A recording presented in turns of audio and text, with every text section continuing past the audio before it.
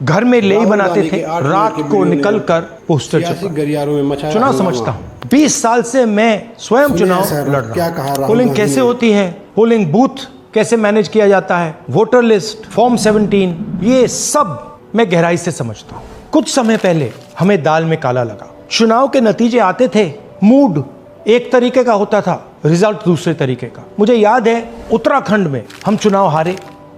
बाद में मैंने कैंडिडेट से पूछा कि जहां रोड शो हुआ था वहां जाके देखिए हमें कितने वोट मिले।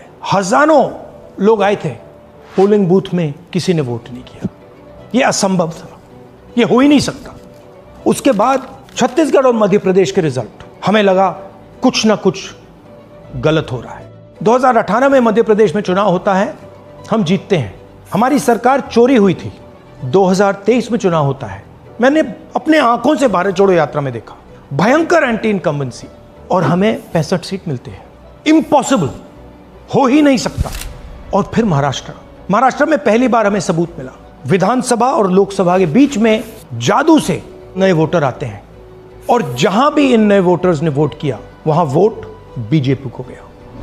महाराष्ट्र चुनाव के बाद जब हमें डाउट हुआ, हमारे गठबंधन के सारे नेताओं ने प्रेस कॉन्फ्रेंस किए और हमने इलेक्शन कमीशन से कहा कि आप हमें वोटर लिस्ट दीजिए, वीडियो रिकॉर्डिंग दीजिए। इलेक्शन कमीशन ने मना किया, ना उन्होंने हमें वोटर लिस्ट दी और ना उन्होंने वीडियो रिकॉर्डिंग दी। डाउट हुआ, क्यों नहीं दे रहे, क्या कारण है?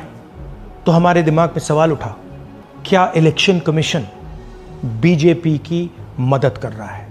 क्या इलेक्शन कमीशन ही इलेक्शन को चोरी करवा रहा है? इसके बाद हमने एक टीम सेटअप की और हमने उन्हें कहा कि आप जाइए, एक कंस्टिट्यूएंसी भी जाके ढूंढिए, सच्चाई ढूंढिए, किस प्रकार से चीटिंग की जा रही है, किस प्रकार से यह काम किया जा रहा है और कौन कौन इस काम को कर रहे हैं। सबसे महत्वपूर्ण बात यह है कि इलेक्शन कमीशन डिजिटल डेटा नहीं देता है, फिजिकल डेटा देता है।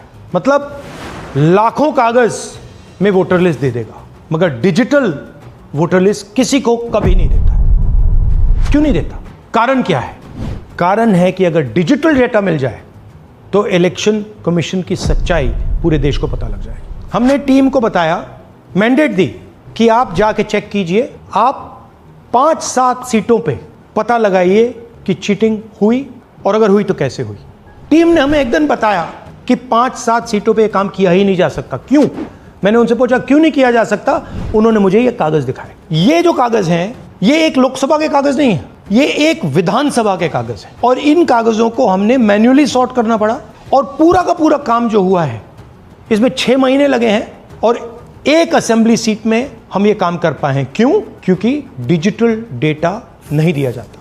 अगर इलेक्शन कमीशन ने हमें डिजिटल डेटा दिया होता तो हम ये कार्रवाई पूरे देश में, हर लोकसभा में, हर विधानसभा में 15 मिनट में करके दिखा देते। हमारे पास अनलिमिटेड रिसोर्सेज नहीं है, इसलिए हमने ये रिसर्च सिर्फ एक लोकसभा में, एक विधानसभा सीट में की। मगर मुझ में अब पूरा भरोसा है कि ऐसी 100 से ज्यादा सीटें हैं हिंदुस्तान में, जो यहां हुआ है उन सीटों में भी हुआ है। और याद रखिए, अगर बीजेपी को 10-15 सीटें कम आती तो आज नरेंद्र मोदी प्रधानमंत्री नहीं होते, इंडिया गठबंधन की सरकार होती। जांच ने 5 तरीके की चोरी पकड़ी है। डुप्लीकेट वोटर, जिसका मतलब एक वोटर के नाम वोटर लिस्ट में अनेक जगह आ रहे हैं।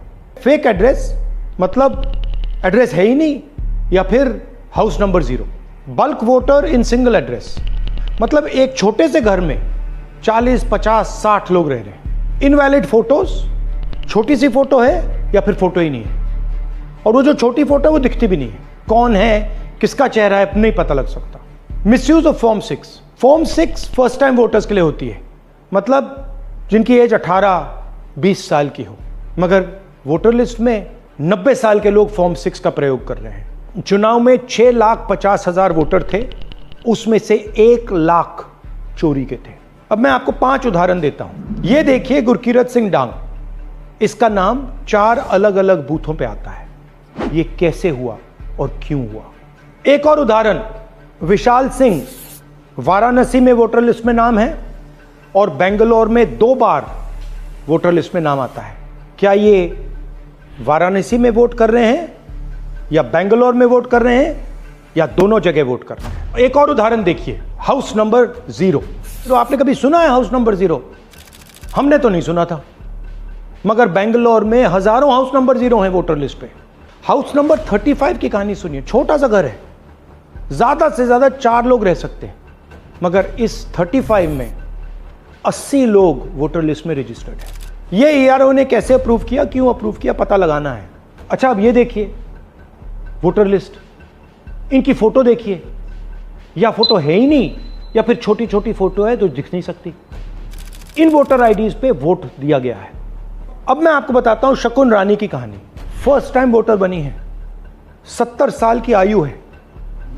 एक बार फॉर्म 6 का प्रयोग किया और उसके कुछ ही महीने बाद दूसरी बार फॉर्म 6 का प्रयोग होता है। 2 बार इनका नाम वोटर लिस्ट में आता है और फर्स्ट टाइम वोटर की लिस्ट में आता है। ये फर्स्ट टाइम वोटर हो ही नहीं सकती। तो क्या शकुन रानी जी ने वोट किया या किसी और ने शकुन रानी जी के लिए वोट किया? ये ही छुपाने के लिए सीसीटीवी का डेटा हमें नहीं दिया जा रहा है।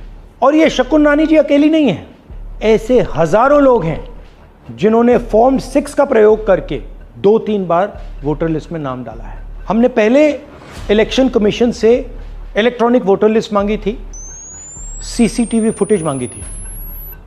उन्होंने अपना काम नहीं किया, हमें नहीं दिया। फिर हमने अपना इन्वेस्टिगेशन कराया, आरटीआई भरे और हमारे पास डेटा आया। भाई और बहनों, सच्चाई यह है कि हिंदुस्तान में इलेक्शन कमीशन और बीजेपी मिलकर इलेक्शन चोरी कर रहे हैं। यह पूरा का पूरा सबूत ब्लैक एंड व्हाइट में आज हमने आपको दिया है। इलेक्शन कमीशन जानता है कि हमने उनकी चोरी पकड़ ली है, इसीलिए एसआईआर आया है। यह एसआईआर जो है इंस्टीट्यूशनलाइज चोरी है। इलेक्शन कमीशन खुलकर बिना डरे बीजेपी के साथ मिलकर चोरी कर रहा है। और ये जो एसआईआर है, इसका लक्ष्य गरीबों का जो हक है, उनका वोट जो है, उनसे चोरी करने का है। मैं आपको एक और बात बताना चाहता हूं।